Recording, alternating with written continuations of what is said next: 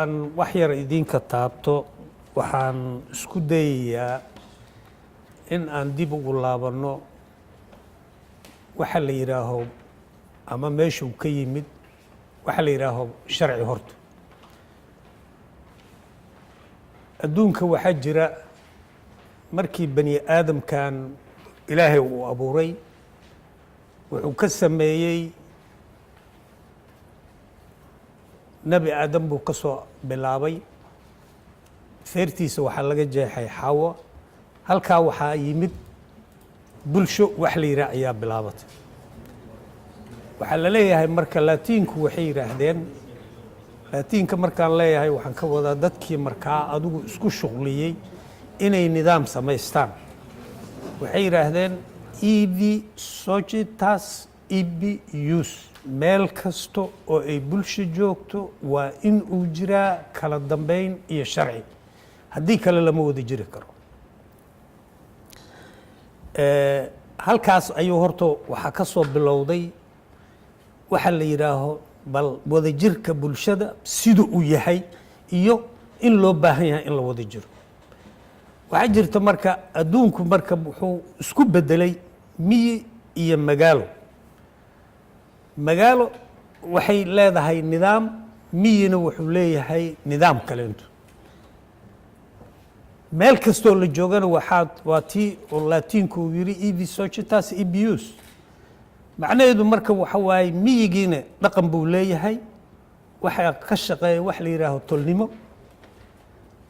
tolnimo miyi baa lagu magacaabaa magaaladiina waxaa ka jiro nidaam kalento oo la yidhaaho isagana tolnimo magaalo dadka tolnimada miyi ay ka dhaxayso ma lay maqlayaa horta dadka tolnimada miyi ay ka dhaxayso waxyaabo badan bay wadaagaan dhalyaday wadaagaan midabkay wadaagaan diintay wadaagaan dhaqankay wadaagaan dantana way wadaagaan laakiin waxaa isku xiro wax sharci ah oo aan qornayn oo ama xeer ama mataqaanaa adigu nidaam kalento oo ay degsadeen ayaa isku xiro oo isku wada jiraan haba u badnaatee dhalyadu tolnimada magaalada marka problemka ay la timid waxa waaye totally wax badan ayay ka duwan tahay middaa oo dadka waxa isku xiraya number one dadka magaalada jooga dhalyo kama dhexayso dadka magaalada jooga isku diin ma aha gebigood dadka magaalada jooga isku wada dhaqan ma aha dadka magaalada jooga dhalyo kama dhexayso laakiin waa isku dan waana isku deegaan maxay ku heshiiyeen marka ama ay ku wada jiraan ama ay ku wada nool yihiin waxa waaye nidaam sharci la yidhaah sharcigaa marka shuruucdu waa isdhalaan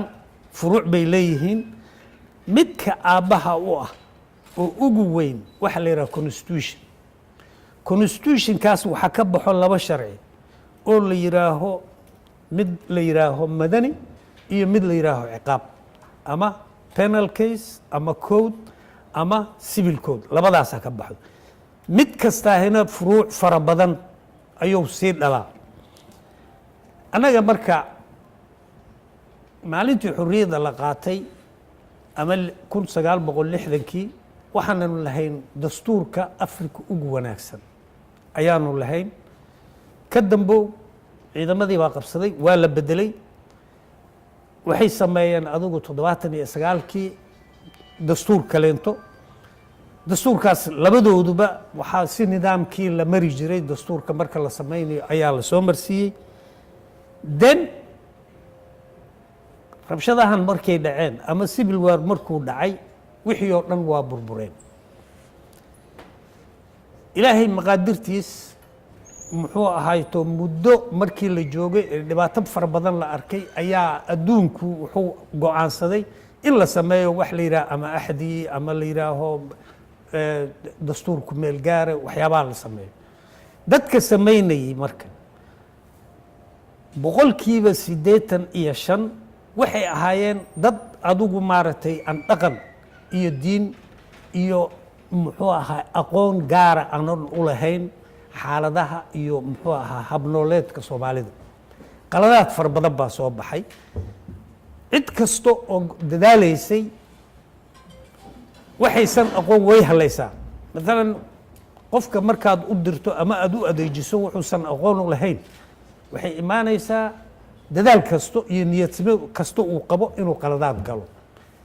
marka dadkii noo sameeyey muxuu ahay professional constitution federal constitution noo sameeyey way dadaaleen laakiin nasiib daradii jirtay waxay ahaayeen waxyaabo fara badan oo muxuu ahayto dhaqankeenna caadadeenna aragtideenna xiriirkeenna ehelnimo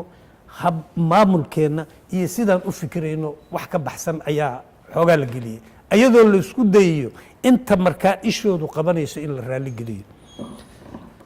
runtii waa ku ammaanan yihiin laakiin waxaan laga rabay